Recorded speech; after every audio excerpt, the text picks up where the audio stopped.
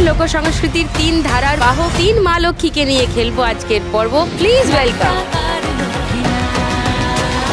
আমি হচ্ছে যে ট্রেডিশনাল ডান্সার।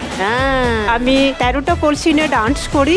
2019-এ বাংলাদেশ থেকে প্রোগ্রাম করেছি, 2020-তেও রিসেন্ট আমেরিকা যে ট্যালেন্ট শোটা হয় সে শোতে আমি পার্টিসিপেট করতে যাচ্ছি। আমার যখন 10 বছর বয়স তখন থেকে আমি এই গান করি।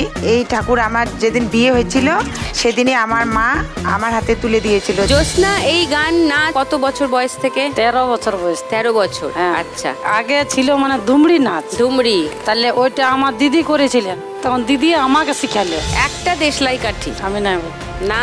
আরে তোমরা একটু ভাবো না, আমার তো গানটা শুনলেই মনে হচ্ছে যে জঙ্গলে ময়ূর নাচছে।